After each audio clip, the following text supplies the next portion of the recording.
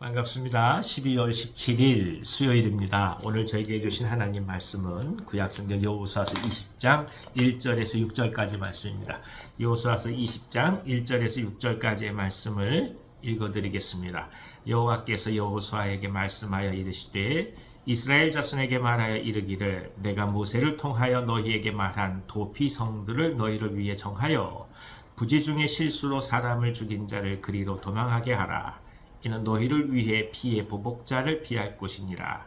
이 성읍들 중에 하나에 도피하는 자는 그 성읍에 들어가는 문 어귀에 서서 그 성읍의 장로들의 귀에 자기의 사건을 말할 것이요. 그들은 그를 성읍에 받아들여 한 곳을 주어 자기들 중에 거주하게 하고 피의 보복자가 그의 뒤를 따라온다 할지라도 그들은 그 살인자를 그의 손에 내주지 말지니 이는 본래 미워함이 없이 부지 중에 그의 이웃을 죽였습니다. 그 살인자는 회중 앞에 서서 재판을 받기까지 또는 그 당시 대제사장이 죽기까지 그 성읍에 거주하다가 그 후에 그 살인자는 그 성읍 곧 자기가 도망하여 나온 자기 성읍 자기 집으로 돌아갈지니라 하라 하시니라. 아멘. 아멘. 생명은 하나님이 주신 것입니다. 그만큼 소중하고 귀한 것이죠. 그래서 인간은 생명을 함부로 할 수 있는 권리가 없죠. 그렇기 때문에 사람이 사람을 죽였다라는 이 살인 사건이 있을 경우 하나님은 엄히 다스리셨습니다. 근데 문제는 사람을 죽이고자 하는 의도가 없이 고의가 없는 상황 속에서 자칫 잘못해서 사람을 죽게 한 경우가 종종 발생했다고 하는 것입니다. 오늘날 말로 표현하면 이제 과실치사가 되는 거죠. 이 경우에도 똑같이 고의로 살인한 사람과 같은 형벌을 가하게 될 경우 지나칠 만큼 가혹할 수밖에 없었던 것이 당시의 상황이었습니다. 이 하나님께서는 여호수아에게 명령을 하셔서 이 오살한 자들, 자칫 잘못해서 실수로 사람을 죽인 자들은 도피성에 피하게끔 길을 열어주신 것입니다. 그러니까 이 도피성이라고 하는 것은 인간이 갖고 있는 감정과 분노를 넘어서서 다시금 하나님 앞에 이 모든 문제를 내어 맡기고 그리고 진정 인간을 향한 진정한 신뢰와 긍휼을 다시금 바라보게 할 수 있는 하나님의 손길이었다. 이렇게 말할 수가 있습니다.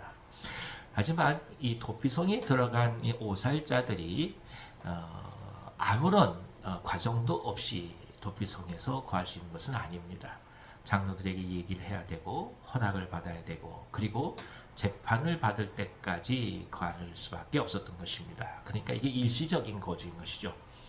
그리고 이제 고향으로 돌아갈 수 있게 되는 경우에는 대제사장이 세상을 떠나게 되었을 때, 그러니까 죽게 되었을 때, 그때 모든 것들을 다 뒤로 하고 고향 땅으로 돌아갈 수 있는 길을 열어주셨다 볼 수 있습니다.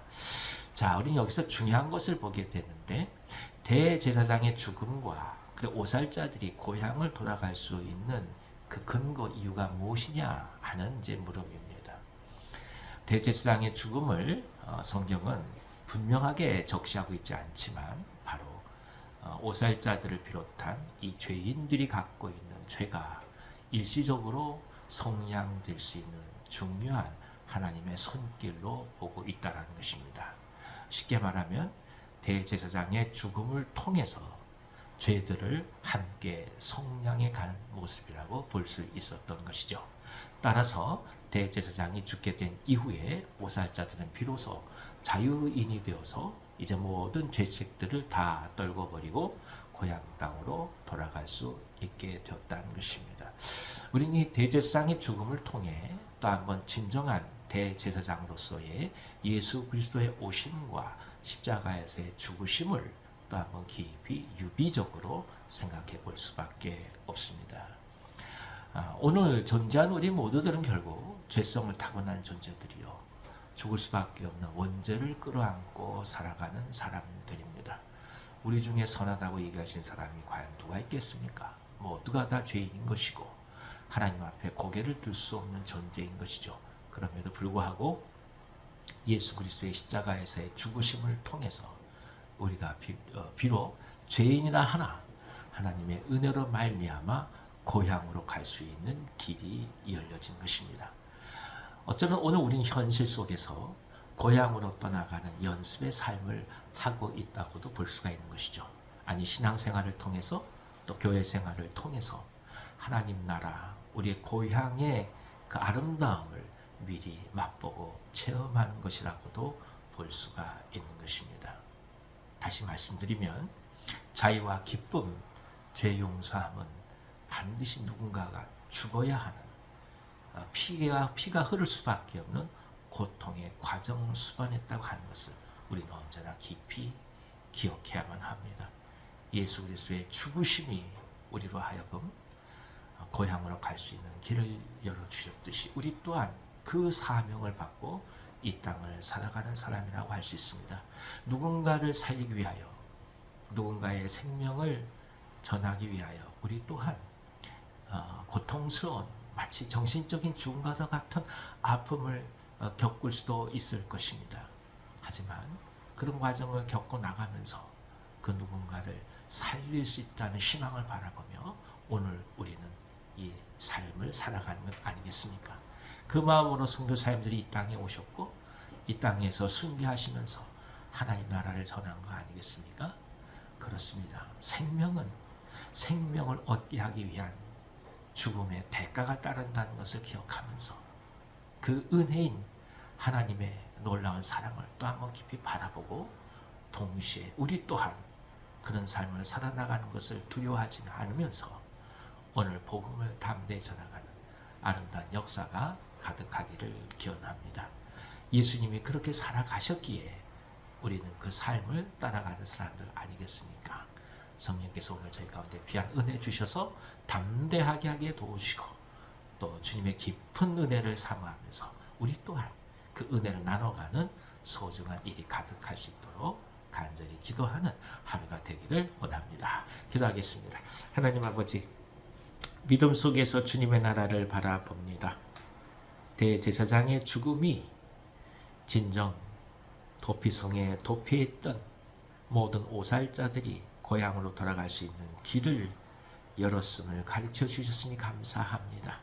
우리 주님께서 그렇게 우리 모두를 위하여 죽으셔서 우리가 천국을 향해 갈 수 있는 길을 또한 보게 되게 하시니 감사합니다.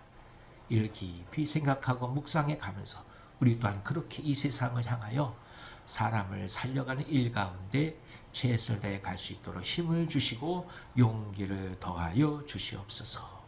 헌신하고 함께 나눠가고 중보함에 있어서 두려워하지 않게 하시고, 아니 이것이 오히려 우리의 사명이 되게 도와주셔서 기쁨으로 감당하게 하여 주시고, 오늘 저희들을 통해서 누군가가 위로를 얻고 생명을 얻을 수 있도록 역사하여 주시옵소서. 병상에서 기도한 종들의 기도 응답해 주시고 주님 함께하여 주셔서 새 힘을 더하여 주시옵시고 저들 가운데 진정한 치유가 가득하게 하여 주시옵소서. 예수님의 이름으로 감사하며 기도하옵나이다. 아멘. 아멘. 오늘도 기쁨으로 승리하시기 바랍니다.